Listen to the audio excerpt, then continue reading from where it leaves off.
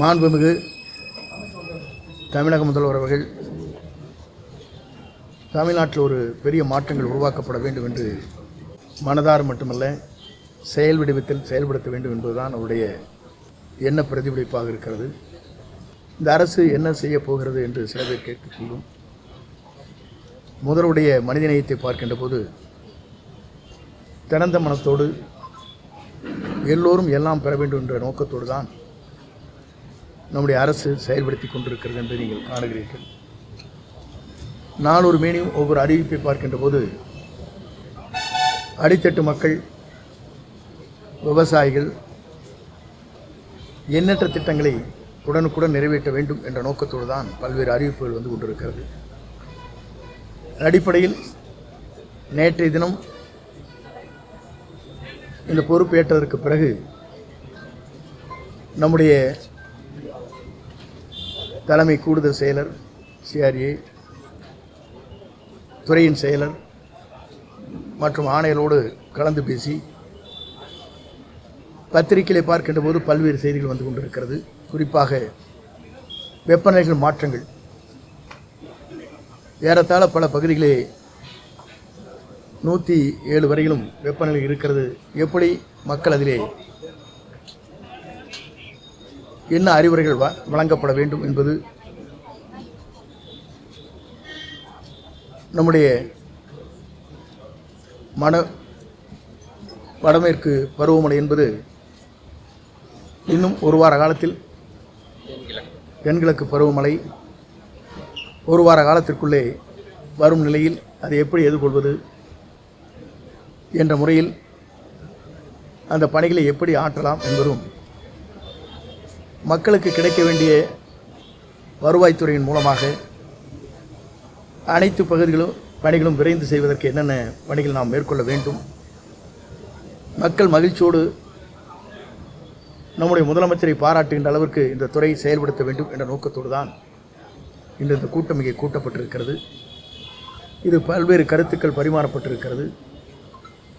இந்த துறையை பொறுத்தவரையிலும் முதல்வர் என்ன நினைக்கிறாரோ அதை நிறைவேற்றுவதற்கு, அதை செயல்படுத்துவதற்கு துறையின் சார்பாக எல்லோரும் இணைந்து அந்த பணிகளை மேற்கொள்ள இருக்கிறோம்.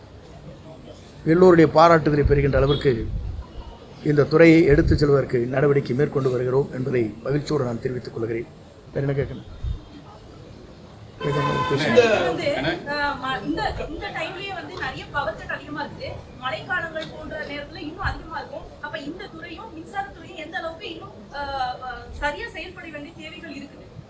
இல்லை, பொதுவாக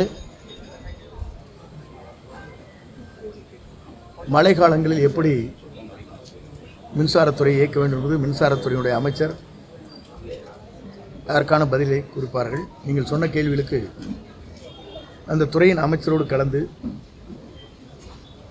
இது போன்ற தடைகள் வராமல் பார்த்துக்கொள்வதற்கு முதலமைச்சருடைய ஆணையை பெற்று நடவடிக்கை மேற்கொள்ளப்படும்.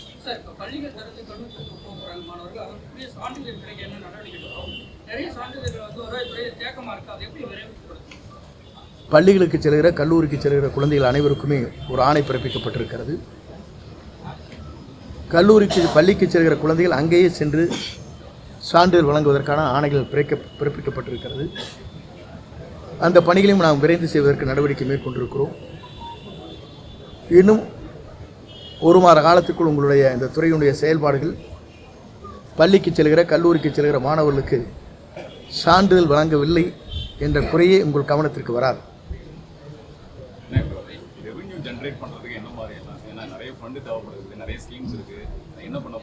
அதை பொறுத்தவரையிலும் நிதித்துறை பல்வேறு ஆலோசனை சொல்வார்கள். முதலமைச்சரிடத்திலே உங்களுக்கு தெரியும் எங்கெங்கே லீக்கேஜ் இருக்குன்னு. லீக்கேஜ் சரி பண்ணால் போதும். துறையில் இல்லை, எல்லா இடத்துலையும் நீங்கள் பார்க்கக்கூடும். ஏனென்று சொன்னால் நிதி சிந்தாமல் சிதறாமல் துறையின் சார்பாக செயல்படுகிற போது இது போன்ற குறைபாடுகள் நீங்கள் சொல்வதைப் போல அதை நிவர்த்தி செய்ய முடியும் என்பதுதான் நம்முடைய முதலமைச்சருடைய கனவு. அதைத்தான் அவர் விரும்புகிறார். அவருடைய எண்ணங்களை நிறைவேற்றுகிற பணிகளை நாங்கள் அனைவரும் அந்த துறையின் சார்பாக நிறைவேற்றுவோம்.